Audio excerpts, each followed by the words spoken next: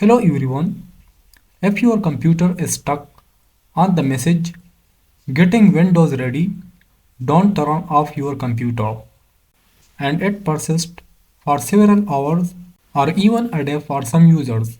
There is a straightforward solution to resolve this issue without affecting anything. Follow a single step. Locate the power button on your keyboard, typically marked with a symbol resembling a switch, and press and hold it for 10 seconds. Once you have done this, the computer will turn off. Wait for a minute, then turn the computer back on to check if the problem is resolved. It is a simple yet effective solution that should help.